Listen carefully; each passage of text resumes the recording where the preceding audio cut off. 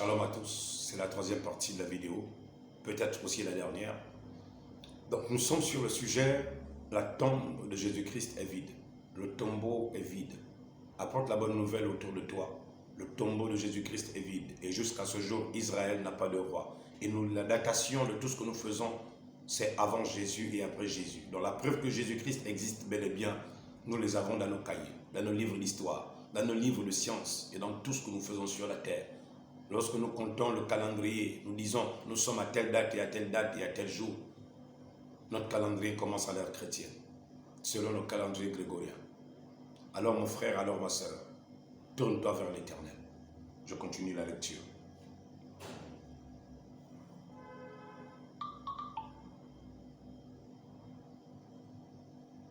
Pendant qu'il était assis sur le tribunal, sa femme lui fit dire qu'il n'y ait rien entre toi et ce juste, car aujourd'hui j'ai beaucoup souffert en songe à cause de lui. Les principaux sacrificateurs et les anciens persuadèrent la foule de demander Barabbas et de faire périr Jésus. Vous voyez, un criminel et un assassin est libéré à la place d'un juste. L'esprit du Machia a même tourmenté une femme, la femme de cet homme qui devrait être là au tribunal pour condamner Jésus ou désapprouver la condamnation. Mais il fallait que Jésus soit condamné. Non pas parce qu'il a fait quelque chose de mal, mais parce qu'il a porté le mal de l'humanité. Parce qu'il a porté la malédiction de l'humanité. Parce qu'il a porté ta peine et tes péchés. Mon frère, Jésus n'est pas une histoire inventée par l'homme blanc. Une invention. Non, Jésus n'est pas une invention. Il est réel. Il a bel et bien existé. Il est réel. Il vit. La tombe est vide. La tombe. Je lance un défi à quiconque. La tombe est vide. Personne n'a trouvé le corps de Jésus. Vous ne le trouverez pas. Si vous voulez le trouver, convertissez-vous. Il sera en vous. Car il a dit, le monde ne me verra plus, mais vous me verrez. Car je serai avec vous et même en vous, maintenant jusqu'à la fin du monde. Gloire au Seigneur Jésus. Alléluia. Le gouverneur dit, mais quel mal a-t-il fait? Vous voyez, même Pilate demande, parce qu'il se rend compte que sa femme l'avait quand même donné brièvement quelques aperçus de qui est Jésus. Mais quel mal a-t-il fait? Vous voulez qu'il soit condamné? Quel mal? Mais le mal que Jésus a fait, c'était de prendre tes péchés, mes péchés. C'était de prendre la place de Barabbas. Jésus n'était pas obligé de mourir. Il aurait pu demander aux anges de descendre avec les chars de feu qui ont enlevé Élie. Il repartait. Est-ce que tu le sais, mon frère? Tu le sais? Jésus aurait pu demander à Dieu de faire descendre les chars de feu qui ont pris Élie. Il remontait. Les mêmes anges qui ont discuté le corps de Moïse avec Satan, ils auraient pu venir prendre le corps de Jésus. Il partait. Il aurait pu refuser d'aller jusqu'à la croix. Sincèrement, mon frère, ma soeur, il aurait pu refuser. Mais il fallait qu'il descende au séjour des morts parce qu'on l'attendait au séjour des morts. On l'attendait. Béni soit le nom de l'Éternel. Parce qu'il allait faire monter la captivité du séjour des morts selon la prophétie. Béni soit le nom de l'Éternel, au nom de Jésus. Donc il faut dire à quelqu'un, Jésus n'est pas une histoire. Jésus n'est pas une invention de l'homme blanc. Il est réel. Et s'il doute de ça, demande-lui alors pourquoi les datations se font avant et après Jésus et pourquoi jusqu'à ce jour, Israël n'a pas de roi. Et pourquoi notre calendrier se date avec, selon le calendrier grégorien, à la date de la naissance du Seigneur Jésus. Et tout le peuple répondit que son sang retombe sur nous et sur nos enfants. Et c'est ce qui va se produire à l'an 70. Un général romain appelé Titus va assiéger Jérusalem, il va détruire, il va casser, il va brûler la ville, brûler le temple. Et jusqu'à ce jour, c'est la mosquée d'Al-Aqsa où il y a eu des déchirements encore il y a 3-4 jours, où des policiers israélites sont allés bombarder, ils ont lancé des grenades et ainsi de suite. La mosquée d'Oumar doit être détruite, cassée, parce que ce n'est pas une mosquée qui doit être là. Mahomet, j'aimerais dire même c'est là où il y a eu l'invention de tout, c'est à l'an 325. Quand Mahomet s'enfuit de la Mecque, il s'enfuit de la Mecque, pourquoi? Comment quelqu'un peut fuir de la Mecque? Jésus n'a pas fui l'église. Jésus-Christ a donné sa vie pour l'église. Mais Mahomet s'est enfui de la Mecque. Comment quelqu'un qui s'est dit prophète d'une religion s'enfuit de la Mecque? Et ça ne dit rien aux musulmans. Il s'est enfui. Il s'est enfui pourquoi? Ils ne réfléchissent même pas un peu là-dessus aussi. Réfléchissez un peu. Ils lui ôtèrent ses vêtements et le couvrirent d'un manteau écarlate. Ils tressèrent une couronne d'épines. Vous voyez, ils tressèrent une couronne d'épines. Or, l'épine apparaît. L'épine, il n'y avait pas d'épine au jardin d'Éden. Les épines apparaissent à la malédiction à cause du péché. Les épines, c'est le péché. C'est le jugement du péché sur la terre. Dieu dit à la terre te produira des ronces et des épines. Donc, les épines, c'est la sentence de l'Éternel. Donc, Jésus-Christ a subi la sentence de Dieu. C'est-à-dire, au lieu que Dieu frappe Adam, Dieu frappe la terre. Au lieu que Dieu nous frappe, il frappe Jésus. Tu comprends ça? Au lieu de nous frapper, Dieu frappe Jésus. Au lieu que Dieu frappe Adam, il frappe la terre. Il a frappé le serpent, de malédiction. Le serpent rampe sur son ventre. Il a frappé la femme. Tu enfanteras avec douleur. Mais quand il dit à l'homme, il dit, la terre te produira des ronces et des épines. C'est à la sueur de ton visage. Or, l'autre là-bas, il y a une déformation de tout son corps, de tout son être, le serpent. L'autre là-bas, il y a des douleurs. Et même le ventre de la femme, quand ça prend forme, ça se déforme d'abord. Parce que quand elle est enceinte, les pieds s'enflent, d'autres même parfois les mains s'enflent, le corps s'enfle. Et après, le ventre se ballonne. Ouais, il y a une déformation à cause du péché. À l'origine, je ne sais pas, peut-être la femme, quand elle devait tomber enceinte, si elle n'avait pas péché, peut-être son ventre serait plat. Je ne sais pas comment Dieu l'aurait fait. Mais la forme qu'elle a aujourd'hui, c'est une forme de malédiction. Ça ne veut pas dire que la femme est maudite, mais à cause du péché, la femme enfantera avec douleur et la poussière de la terre, les épines sortiront. Après s'être ainsi moqué de lui, ils lui ôtèrent le manteau. Donc, il crachait sur lui, il prenait le roseau et le frappait sur sa tête. Ouais. Il a non seulement la couronne d'épines, mais on frappe sur sa tête avec un bâton. Donc, plus on frappait sur la tête, les pointes de la couronne d'épines pénétraient sa chair. Son sang précieux coulait de son visage. Et mon sauveur mourut, rejeté par le monde. Mon Seigneur mourut, rejeté par sa propre création. Mon Seigneur mourut à cause de toi, à cause de moi. Qu'est-ce que ça a coûté à Jésus, mon frère? Ton rachat, qu'est-ce que ça a coûté? L'humiliation, la douleur, une douleur indescriptible. Un bâton qu'on te frappe sur la tête, où tu as une couronne d'épines. Oh Dieu Tout-Puissant, tout ça pour moi, pécheur.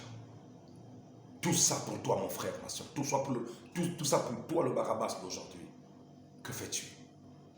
Que fais-tu? En ce mois de Pâques, que fais-tu? Accepte Jésus-Christ. Si tu as joué avec ton salut, arrête. Parce que le jugement est grave. Tous ceux qui ont rejeté Jésus, le jugement est grave. C'est sans appel. C'est sans appel. Vous avez eu le temps. Et maintenant, répentez-vous pendant qu'il est temps. Répentez-vous pendant qu'il est temps. Excusez-moi. Après s'être ainsi moqué de lui, ils lui ôtèrent le manteau. Ils lui mirent des vêtements et l'amenèrent pour le crucifier. Lorsqu'ils sortirent, ils rencontrèrent un homme de Cyrène appelé Simon. Ils le forcèrent à porter la croix de Jésus. L'Afrique, le territoire de Cyrène, c'est la Libye. Le territoire de Cyrène, c'est la Libye. Un Libyen a porté la croix de Jésus. Un Noir a porté la croix de Jésus. Vous savez pourquoi? C'est parce que c'est la race noire qui devait porter le bois du sacrifice, selon l'Ancien Testament. Depuis l'époque des Gabaonites qui appartenaient à la race de Cam, ils avaient reçu la malédiction quand ils avaient menti à Josué qu'ils étaient prêts alors qu'ils étaient loin. Pendant que Josué venait à la conquête du pays de la promesse, ils ont menti qu'ils habitaient loin parce qu'ils avaient peur de mourir. Et la malédiction, Josué va dire à cause de votre mensonge, vous êtes maudits. Vous allez demeurer maintenant sous l'esclavage de ramasser le bois et l'eau pour le sacrifice. Non, la race noire depuis le peuple gabaonite était appelée à ramasser le bois. Donc c'est la race noire, quand le bois de Jésus est tombé, c'est la race de Cam qui devait porter la croix. Vous savez encore pourquoi? Parce que Noé avait dit ceci, Cam sera l'esclave des esclaves de ses frères. Or c'est l'esclave qui porte le bois. Donc la race noire devait porter le bois. Mais tu sais pourquoi? Parce que je vais te retrouver un autre endroit où la Bible dit que Dieu peut changer la malédiction en bénédiction. Nous, la race noire, nous serions plus près de Jésus dans le royaume des cieux que la race blanche. tu le verras de tes yeux. Chap, chap. Au nom de Jésus. Quelle grâce pour nous, grâce noire. Quelle grâce pour nous qu'un Simon de Cyrène t'a représenté, m'a représenté. Gloire à son nom. Gloire à Jésus. Arrivé au lieu nommé Golgotha, ce qui signifie lieu du crâne, ils lui donnèrent à boire du vin mêlé de fiel. Mais quand il eut goûté, il ne voulut pas boire. Après l'avoir crucifié, ils se partagèrent ses vêtements en tirant au sort, afin que s'accomplisse ce qui avait été annoncé par le prophète.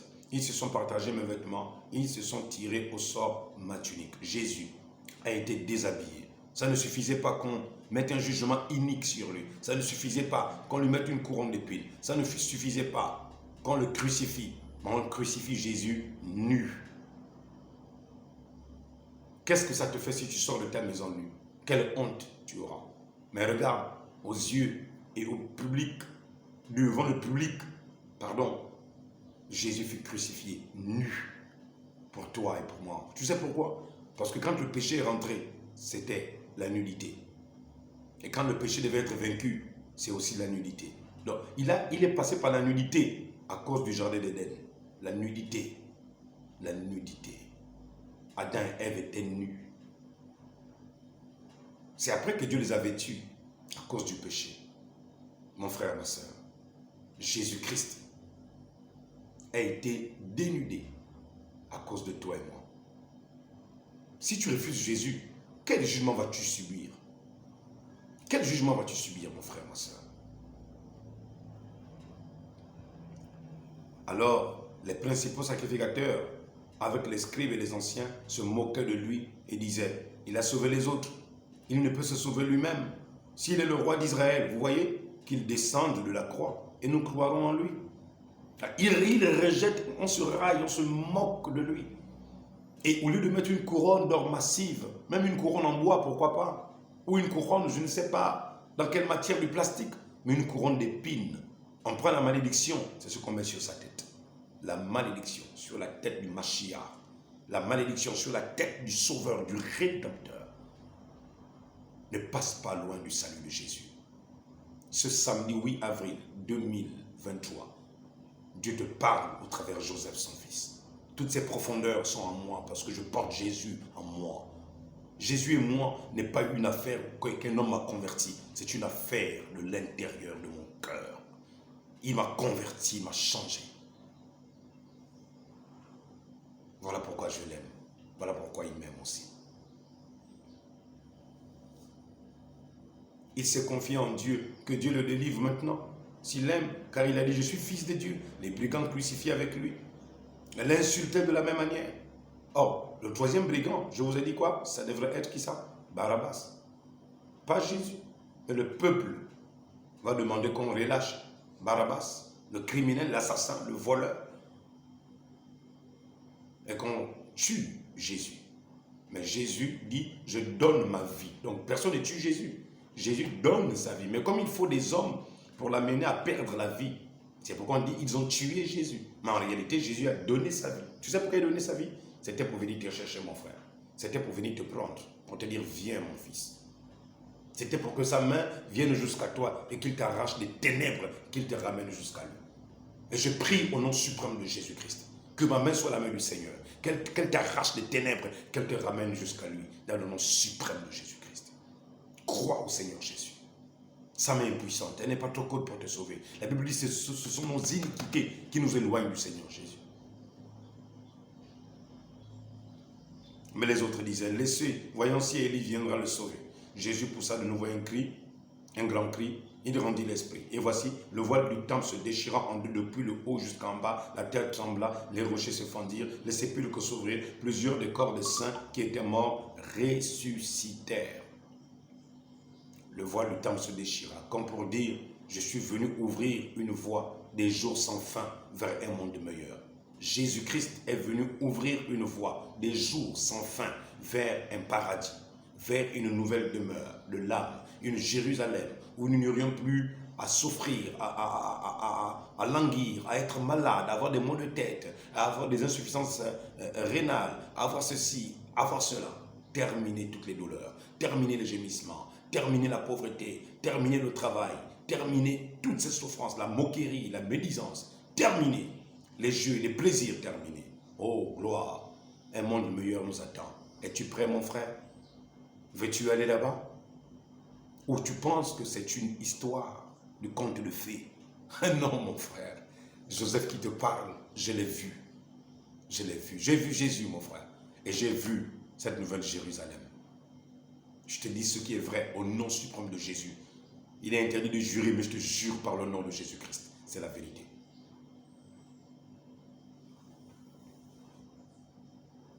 Le centenier et ceux qui étaient avec lui pour garder Jésus, ayant vu le tremblement de terre et ceux qui venaient d'arriver, furent saisis d'une grande frayeur et dirent, assurément cet homme était le Fils de Dieu. Mais c'est trop tard.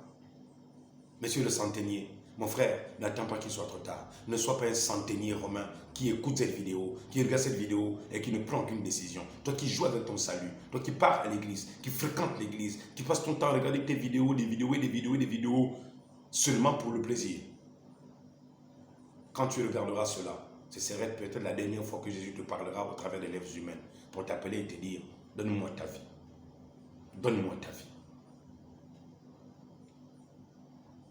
Parmi elles était Marie de Magdala, Marie, mère de Jacques et Joseph, et la mère des fils de Zébédée. Le soir étant venu, arriva un homme riche d'Arimathée nommé Joseph, lequel était aussi disciple de Jésus. Oh, j'aime l'histoire de Jésus. Elle commence avec Joseph, elle termine avec Joseph. Alléluia. C'est pourquoi je suis très heureux qu'il m'ait donné ce nom prophétique de Joseph. Vous n'imaginez pas quel plaisir j'ai. On commence l'histoire de Jésus avec Joseph. Il habite chez Joseph. Et quand Jésus est crucifié et il est emmené au tombeau, il est emmené au tombeau de Joseph. Et c'est pourquoi Joseph, Mabiala, porte Jésus dans son cœur. Il est caché. Je suis très heureux de porter Jésus en moi. Vous voulez voir Jésus, mais voici Jésus qui vous parle. Et vous ne le voyez pas, mais il est voilé en moi. Tu vois, et je suis très heureux de partager Jésus à travers les nations et partout où je vais dans les prisons et dans les églises. Vraiment, c'est une fierté de porter Jésus en moi. C'est merveilleux. C'est une grâce. Marie de Magdala et l'autre Marie étaient là, assise vis-à-vis du sépulcre. Le lendemain, qui était le jour après la préparation, nous sommes au mois de Pâques, vous voyez, les principaux sacrificateurs et les pharisiens allèrent ensemble auprès de Pilate. Ils dirent, Seigneur, nous nous souvenons que cet imposteur a dit, quand il vivait encore, après 3 jours, je ressusciterai. Ordonne donc que le sépulcre soit gardé jusqu'au 3e jour, afin que ses disciples ne viennent pas dérober le corps et de dire au peuple qu'il est ressuscité. Cette dernière imposture sera pire que la première. Pilate leur dit, vous avez une garde. Allez et gardez-le comme vous l'entendrez. Ils s'en allèrent et s'assurèrent du sépulcre au moyen de la garde après l'avoir scellé par la pierre. Je termine, mon frère. Je ne sais pas qui a scellé ta vie. Je ne sais pas qui a décidé de te dire que je vais t'enfermer, je verrai comment tu vas sortir. Je t'annonce avec joie, la tombe est vide. Bonne nouvelle, Jésus-Christ est ressuscité.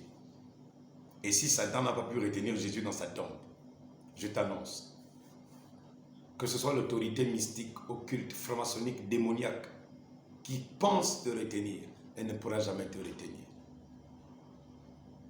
Tu es libre. Ce soir, je te dis, tu es libre. Et je termine en disant, sais-tu pourquoi parfois Dieu nous fait passer par des moments de turbulence, des épreuves et des difficultés? C'est parce que Dieu a mis en nous la capacité de vaincre chaque épreuve. Et lui a Dieu d'agir et de venir montrer à Satan que quant à mes enfants, tu ne peux rien contre eux. C'est avec joie et bonheur que je viens t'annoncer l'évangile du Seigneur Jésus. La résurrection de mon Seigneur béni, Yeshua Hamashiach, Elohim Adonai. Si tu veux donner ta vie au Seigneur Jésus maintenant, je t'invite à rentrer dans ta chambre et à confesser, à dire Seigneur Jésus, c'était moi le Barabbas, c'était moi le criminel. Mais tu as pris ma place, toi le juste. J'ai fréquenté l'église, mais je n'avais pas compris pourquoi il me fallait vraiment te confier ma vie. Mais maintenant, Seigneur, je vais vivre pour toi. Je veux te suivre. Et tu verras que quelque chose se passera dans ta vie. La joie qu'il me donne et qui m'inonde, c'est la même joie qu'il te donnera. Et aussi dire que lorsque Dieu permet que nous passions par des épreuves et des difficultés, c'est parce qu'il veut manifester sa gloire. Et aucune épreuve nous est survenue que Dieu n'en sache pas. Ce qui nous arrive, il sait tout, il connaît tout, il est omniprésent, omnipotent, omniscient. Il veut manifester sa gloire dans ta vie. Donne ta vie au Seigneur Jésus. Confie ta vie au Seigneur Jésus. Et tu verras sa gloire. Il est mort. Il est venu sur la terre. Il est mort et ressuscité. Et la tombe de Jésus-Christ, ce 8 avril 2023, elle est vide. William Branham dit, toutes les tombes de tous les fondateurs de toutes les religions, elles existent et ces gens sont dans leur tombe. Mais la tombe de Jésus-Christ est vide. Jésus t'appelle, mon frère, tu vois. Jésus t'appelle. C'est ce qu'il y a comme inscription sur ce t-shirt. Jésus t'appelle. Tu réponds ou tu refuses. Jésus t'appelle. Tu réponds ou tu refuses. Si tu veux accepter Jésus, accepte le Seigneur Jésus. Si tu veux donner ta vie au Seigneur Jésus, donne ta vie au Seigneur Jésus. Depuis que je crie en Jésus, il a changé ma vie. Il a changé mon destin. Il a couronné ma vie de gloire, de magnificence et de puissance. Je ne vis que pour lui. Je ne marche que pour lui. Quelque chose va t'arriver de bien et de bon ce mois d'avril si tu te décides de l'accepter. Toutes les puissances de l'enfer vont s'engager contre toi pour te combattre, mais elles ne te vaincront pas. Elles ne pourront pas te vaincre. Donc, tu vois, Jésus t'appelle. Jésus appelle entrant. Jésus appelle entrant. Tu décroches, tu refuses ou tu acceptes. Moi, je t'encourage d'accepter Jésus. Que Dieu te bénisse richement. Shalom, shalom, shalom. Merci.